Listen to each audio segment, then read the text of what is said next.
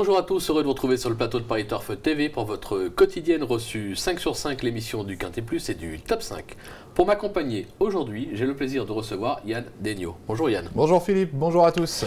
Yann, direction Vincennes ce mardi, une belle épreuve pour chevaux de 6 à 8 ans, 2700 mètres, corde à gauche bien évidemment, des étrangers en force. Les étrangers en force dans ce prix de Cran, les Mayennais à l'honneur, enfin leur région est à l'honneur, mais c'est vrai que c'est peut-être plus la Scandinavie qui va briller, où l'Italie est 12 étrangers contre seulement 6 Français. Pas de, pas de plafond, pas de rendement de distance, c'est vraiment, ça fait partie de ces très beaux quintés pour les étrangers et c'est des chevaux qu'on a déjà vus maintenant tout au long de l'hiver, donc on commence à bien connaître. Ils sont en retard de gain pour la plupart d'entre eux, donc on a l'impression qu'ils vont vraiment s'illustrer au départ de ce quintet plus. J'ai du mal à voir de chance aux Français. C'est assez logique. On va écouter votre sélection Yann tout de suite. En tête, le numéro 7, c'est Mafioso Face, devant le 10, Tell Me No Lies, le 4, Lover Face, l'As, Trailing Edge, le 8, Perfect Power, le 18 à Saint-Arrose, le seul français que j'ai retenu, et en fin de sélection, Only One Glory qui portera le numéro 3, et le 6, Pioneer Gare. Allez, on rebondit tout de suite sur votre favori, numéro 7, Mafioso Face, qui n'a plus à faire ses preuves sur cette piste et à ce niveau. Il vient d'être très malheureux, mais à mon avis, il peut remettre les pendules à l'heure ici. Je pense qu'il a largement les moyens de remettre les pendules à l'heure. C'est vrai que dans la course référence, qu'on verra un petit peu plus tard, il est 6e, il n'a pas franchement les coups des franches, il est à la corde, on sent qu'il a un petit peu de gaz. Mais moi, ce qui me plaît énormément, c'est que Mathieu Brivard l'a piloté 4 fois, 2 victoires, une 2e place, une 3e place. Il adore ce cheval, il s'en sert à merveille. Les 2007 de la grande piste, il n'y a aucun souci, il a déjà trotté une 13 et fraction. Dans un tel lot, Mafioso Face, ça se passe un petit peu mieux que la dernière fois. Moi, je pense qu'il peut fournir le Lauréat sans aucun souci. C'est clair, et justement, Mathieu Brivard, on va le retrouver puisque Arnaud Lecomte a été à sa rencontre. On l'écoute. Ça me fait plaisir de le retrouver. C'est vrai que la dernière fois qu'on était associés ensemble, on avait bien gagné dans une course événement. C'était vraiment bien comporté sur les 2007 de la grande piste. Il retrouve la même distance. Le cheval est bien. Le dernier coup, il n'a pas eu ses aides pour finir et il finit avec de très bonnes ressources. Donc il n'a pas pris dur. Il court rapproché, mais bon, la dernière fois, il a fait voir qu'il était en bonne forme. Sur sa meilleure valeur, il détient vraiment une bonne chance. Donc espérons que le parcours soit assez fluide et que ça se passe bien. C'est un cheval qui est capable d'aller aux avant-postes, d'attendre. Il est assez complet.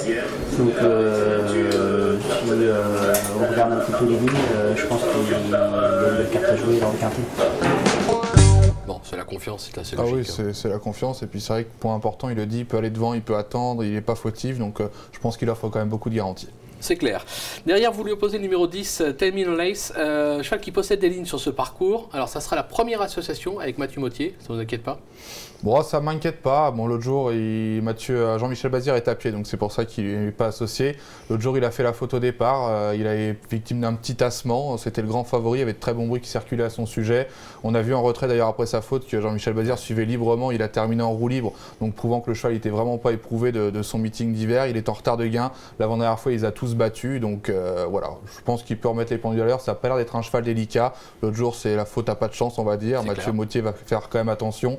Mais je pense qu'une fois qu'il est parti, c'est une vraie mobilette. Donc Tell Me No Lies, sur ce qu'il a fait auparavant et sur ses meilleurs chronos, c'est une toute première chance théorique, c'est sûr. Allez, on va le suivre en confiance. Le numéro 4, Loverface, qui vient de fort bien se comporter pour sa rentrée, seulement battu par Oliver Kronos dans le prix de Briard. On va le voir, c'est notre course référence. Il va être cerclé. Voilà. Il termine vraiment de belle manière, il refait beaucoup de terrain. On voit la corde Mafioso Face qui n'a pas les coups des franches. On voit Pioneer Gare qui a longtemps fait illusion. Il y a Only One Glory qui est également à son extérieur qui va être débordé tout à la fin.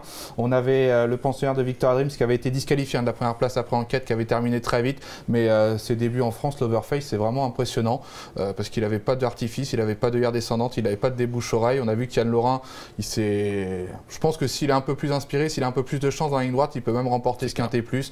Donc avant le coup, Fabrice Soulo a dit que c'était la moins bonne chance de ces 3 partants. Les 3 sont encore au départ de cette épreuve. Je pense qu'il a révisé son avis après cette course et on a vu sur ces images, il a la tenue, super finisseur, en retard de gain lui aussi. Donc moi je lui accorde beaucoup de crédit. Yann Laurin, j'aime beaucoup comme pilote. Alors l'avantage avec Yann Laurin, c'est vrai que quand c'est pas des Bazir ou des Nivard ou des Raffin sur des Soulois, du coup Yann Laurin, il est toujours l'autre jour, il y avait 28 ou 29 contre 1 et il y a toujours des belles cotes et c'est un bon pilote. Donc là aussi, je pense que c'est peut-être une petite surcote sympa à toucher. Yeah, ça peut être marrant. Bon, on a 3 bases solides au départ de ce quintet plus top 5. L'As, Trailing Edge, qui a montré les moyens en Suède, il reste sur une bonne 2e place à Nantes. C'est un cheval qui est en retard de gain. c'est clair.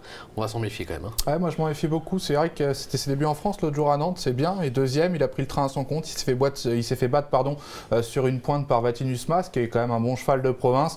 Là, on arrive sur la grande piste, mais j'ai regardé ses performances en Suède. Lui aussi a des titres à faire valoir. Et j'en veux pour preuve, je crois qu'il y a un an, le 26 décembre 2014 en Suède, il s'est imposé sur 2640 mètres et le quatrième, c'était Oliver Kronos, qu'on a vu remporter la course de référence. Bonne Donc ligne. les lignes sont bonnes. Délaissé, je suis surpris de le voir délaissé comme ça dans la presse. Alors c'est vrai qu'on peut se dire Dominique Lockneux s'est mis sur l'autre Robert Berg, ça peut peut-être inciter à la méfiance, mais lui va faire sa course, il a que 6 ans, il est en retard de gain, c'est Anthony Barrier, j'adore. Je m'en méfie beaucoup, ça peut être le petit pari très spéculatif à tenter dans ce Quintet Plus, que je vous dis, il a battu Oliver Kronos, et Oliver Kronos les a tous battus l'autre jour, donc sur la foi de cette ligne, j'y crois. Votre petit coup de cœur. Exactement. Hein, c'est ça, j'avais bien compris.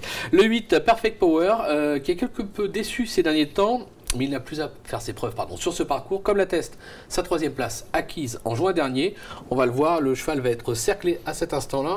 Très belle fin de course. Oui, il trottait 12-9 ce jour-là et il venait battre tout à la fin la Casa Orange à son intérieur, c'est Telminolize, donc qui fait partie des chevaux très en vue. Et on voit que ce Perfect Power, écoutez, il dominait même sûrement, j'ai envie de dire, Telminolize pour finir. Le chrono était excellent, c'était un super lot, c'est Venosque Duminel qui s'est imposé. Alors c'est vrai que tout le monde dit qu'il a un peu déçu ces 2 derniers temps, mais c'est vrai que là, les images qu'on a vues, c'était au mois de juin, et depuis, il avait parcouru, et finalement, les 2 dernières courses, c'était malgré tout des rentrées. Oui, alors, il était déféré, il était en configuration de course, mais dans l'entourage des frères Martens, on a dit que pour sa rentrée, il était à 70%, l'autre jour, il était à 85-90%. Là, on peut penser qu'il va être proche de son 100%, et c'est l'un des plus rapides sur le parcours. De nouveau, Pierre Lévesque qui lui est associé. J'ai l'impression qu'il va peut-être être un peu plus offensif que les 2 dernières fois. Il a terminé 7 et 8e, il n'a pas démérité, mais il a vraiment des lignes à faire valoir et je pense que lui peut trotter un petit 13 sur ce parcours-là et ça doit suffire pour disputer les premières places. C'est clair. Bon, vous avez donné 8 chevaux en pronostic, on peut s'arrêter aux 5 premiers. On a l'impression que le top 5, on l'a. En théorie, si ces 5-là font la course, puis en plus on va avec Cloverface et Trading Edge, on peut avoir un peu de cote, donc croisons les doigts, mais ça peut être le quintet en 5. Ça peut être amusant. Ok Yann, on va conclure avec une petite pépite dans la 6e, je crois. Oui, le prix de Brassac-les-Mines, le groupe B, exactement, c'est les 4 ans qui n'ont pas gagné 39 000 €. Écoutez, j'ai fait confiance à Bill Bontier qui portera le numéro 7, cheval que connaît bien Damien Beaune. L'avant-dernière fois, il a été sanctionné en direct pour ses allures alors qu'il venait de prendre l'avantage et dans un super lot. L'autre jour, il n'est que 5e, mais si vous regardez l'arrivée, les 5 se tiennent, ils sont dans la même réduction kilométrique, il a refait du terrain, il échoue de peu pour la victoire. C'est de nouveau un prix de série, il est bien placé au gain, Damien Beaune s'en sert à merveille, j'ai l'impression qu'il cherche sa course cet hiver et ça peut être pour mardi. Et ben voilà, vous prenez le top 5 et après vous remettez tout sur le 607. C'est fait, c'est dit, c'est annoncé, il n'y a plus qu'à passer à la caisse. Yann, merci pour toutes ces infos. Merci à vous. Merci à vous de nous avoir suivis. Bonjour à tous et à très vite sur le plateau. Au revoir. Au revoir.